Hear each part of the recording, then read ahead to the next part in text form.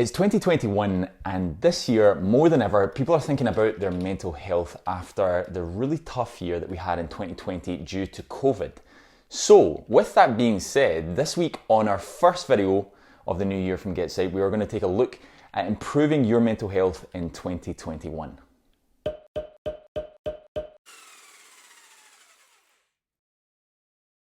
What's up guys, welcome to another week's episode of GetPsyched, the first of the new year. And like I said, this week we are taking a look at how to improve your mental health in 2021. 2020 was a really tough year, pretty much for everybody. And I see it a lot in client work. We talk a lot about COVID, we talk a lot about lockdown, but even people that I don't see in therapy, things on social media, on the news, on TV, just general conversations with people, we all can tell that our mental health has suffered as a result of what we've been through in the past year.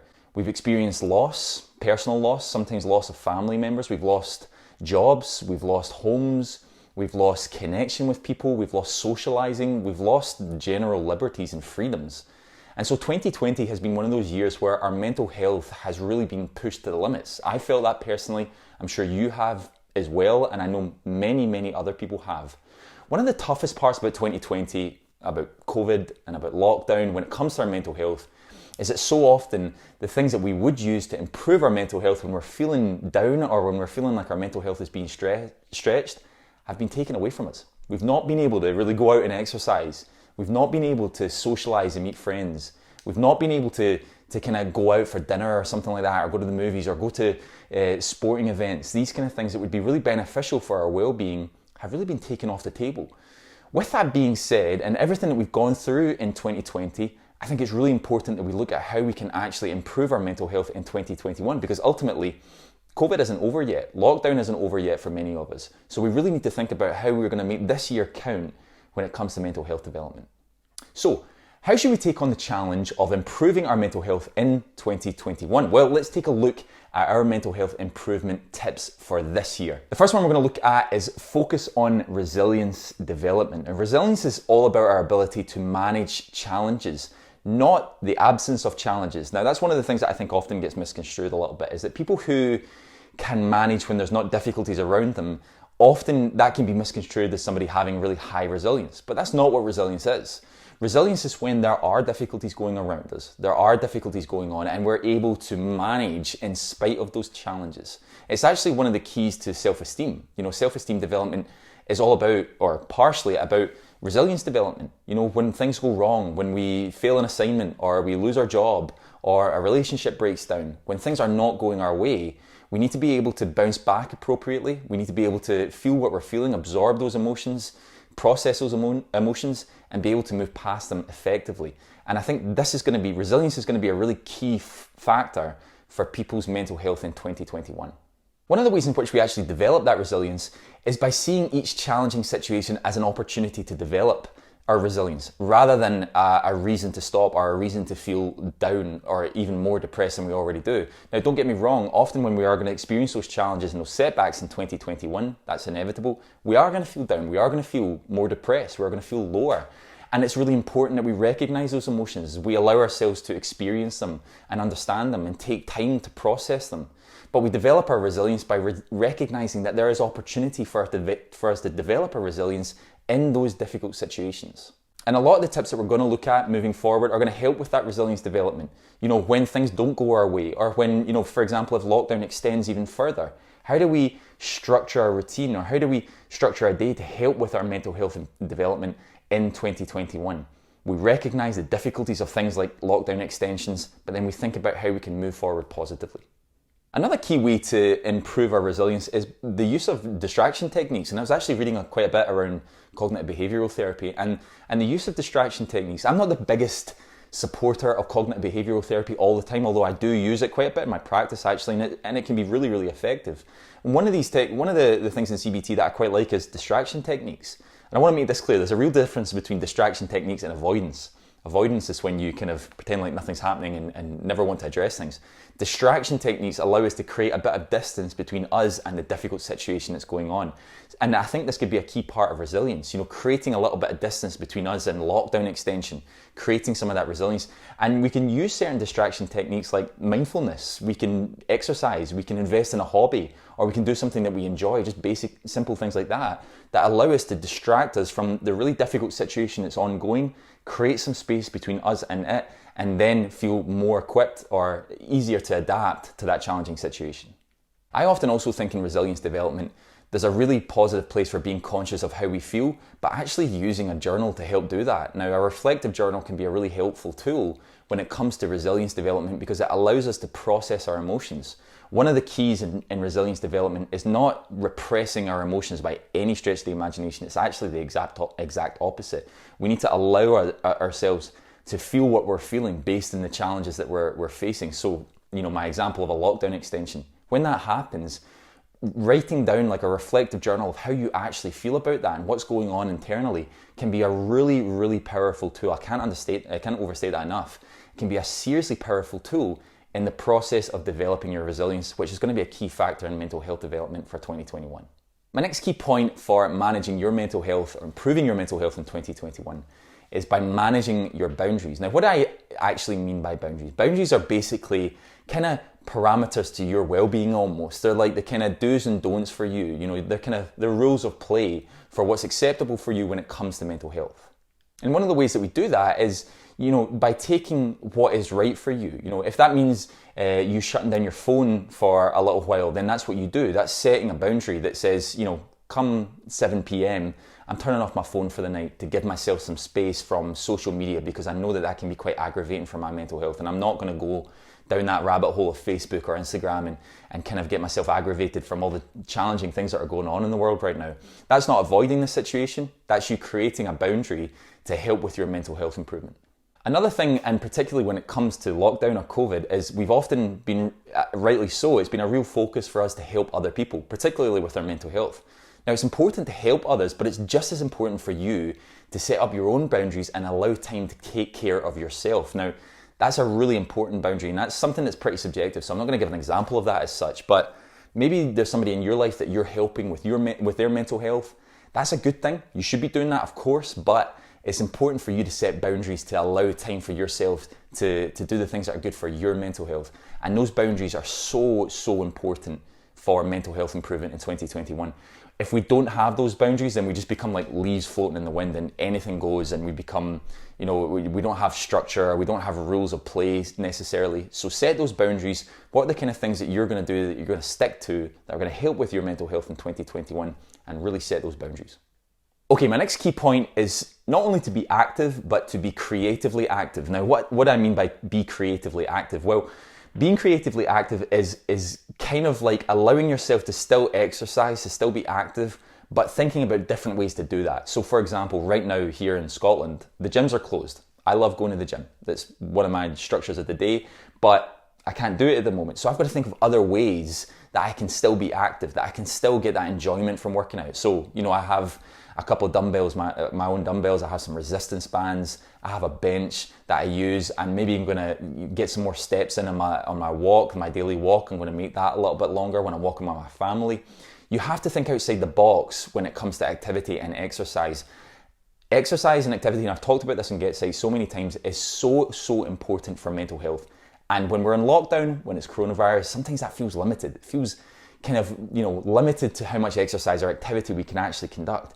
But we've got to be creative with that. Maybe that means, doing some more exercise, the Joe Wick stuff in your house, for example, on YouTube. Or if it means kind of doing like a household task that you've been putting off for months, maybe even years, that's kind of physically exhaustive, that's a good way to keep active. You've got to be creative and you've got to think outside the box. Okay, my next key point for improving your mental health in 2021 is taking appropriate tech detox breaks. Now, I think we all understand what that means, allowing yourself to detach from technology every now and again. We're working from home. A large number of us are working from home anyway. And if you're not necessarily just working from home like me, you're still using a lot of screen time. So like I'm seeing a lot of clients online right now. I'm still in the office, but I'm seeing more clients online than I ever have.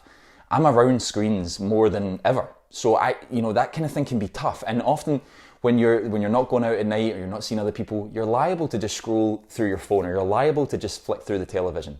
Taking some distance from tech can actually be one of the most positive things we can do for our mental health, and I think it's so important when it comes to improving our mental health in 2021. Not only that, but the amount of stuff, or the stuff that we're actually absorbing on these devices, from the news on TV or social media on our phones, that can be really discouraging for our mental health too. There's so much in the world right now that stretches our mental health, let's be honest. So allowing yourself to create some distance between you and technology is a really good thing. Maybe you could take up something like, a new hobby like cooking or some other kind of craft or something like that. Or you could start learning to play an instrument, or you could read a book. These are the kind of things that you should be doing when thinking about that tech detox and improving your mental health come 2021. I think this is also important because, social media can get a bit of a bad rap, but there have been studies that have shown that with increased social media use, there can actually be increases in depression, anxiety, and even loneliness. So this isn't just stuff that I'm saying. This is actually empirically backed research that says, increases in social media use, tech use as well, can lead to mental health complications. My next key point for managing mental health in 2021, and I think we need this year more than ever, is to allow yourself to feel what you're feeling. Now, this sounds really basic, but it's one of those kind of things I talk to clients about in therapy, because even when clients come into therapy, it's still tough for them to kind of process how they're actually feeling or to express how they're feeling. There's still barriers, and that's understandable, of course. But it's really important that we start to learn to bring those barriers down. Now, some people think that what I mean by that is to just spill your guts to everybody all the time. I don't mean that. I mean almost, to allow yourself to feel what you're feeling. If that means one evening you watching a movie and it kind of hits you in the middle, it hits your heart a little bit and you have a bit of a cry, that's absolutely fine. You've got to allow yourself to feel those things. One of the biggest complications when it comes to mental health is repressing how we actually feel, is pushing those emotions down. Emotions, like I always say, have to go somewhere. And if we repress them, if we push them down, it becomes like a pressure cooker and eventually they burst. This year more than ever, we need to allow ourselves to feel what we're feeling. Studies have actually shown that crying about a depressing or upsetting situation can actually make you feel a whole lot better. And there's a reason for that. It's allowing the emotion to be brought out. It's allowing it to be expressed. So I think we need to take some lessons from that and in 2021 really allow ourselves to feel what we're feeling in order to improve our mental health. My next key point here is about creating a collaborative social support network. Now, what I mean by that is it's not just necessarily about having a support network around you that you may have to access via Zoom, let's be honest. It's going to be tough for you to always see them. But a collaborative support network is a support network where everybody knows why they're in that network, or everybody knows the purpose of that group. For example, let's say you have a Zoom call with 4 friends at 8 p.m. on a Wednesday. Using that and talking to people about that being an opportunity for you to support each other mentally and emotionally and actually buying into that. I think that could be really, really helpful. I think that's even a step up from just having a support network where every now and again you talk about how you feel. Setting some time aside a week and saying to 4 friends, listen, why don't we set something up where we just kind of spill how we're feeling about the week. Things are a bit crap right now. Let's all just get into a group for an hour on Zoom and we can actually talk about it and support each other. That's a really good idea for a collaborative support network that I think is so important when it comes to improving our mental health in 2021. I would also say here that having daily check-ins with yourself is a really powerful tip when it comes to improving your mental health in 2021. It reminds me a lot about, and this is a strange analogy, but it reminds me a lot about people that are going through recovery for alcohol addiction. Normally what will happen is they have to have daily check-ins that prepare them for the day, that set certain standards for the day, and they do that every day regardless of how much progress they've made in their alcohol addiction recovery. I think there's something for 2021 to be said about that as well for our mental health improvement. Setting a daily check-in, now that could be you writing a little paragraph on a piece of card and reading that out to yourself about what you intend for that day and how you're going to help yourself mentally and emotionally in that day. It could be a drawing that you look at that you've made or something like that, or just like a routine that you have in the morning that has a daily check-in that's going to help with that mental health improvement in 2021. I think that could be a really important tip. One of my key points for whenever it comes to mental health improvement, and I talk about this a lot on GetPsyched, is to develop a gratitude list. Now that could be in part of a journal process, but actually showing a level of gratitude to the things around you in spite, and it kind of connected to that resilience stuff that we talked about in our first tip, actually developing a gratitude journal that says, here are the things that I'm really grateful for today or this week or this month or in general. because we still have so much to be grateful for. Sometimes it's really hard to find it, don't get me wrong. We've got to really look at it, and we've got to really think in depth about the things that we need to be grateful for. Particularly in these times, it can be hard to find.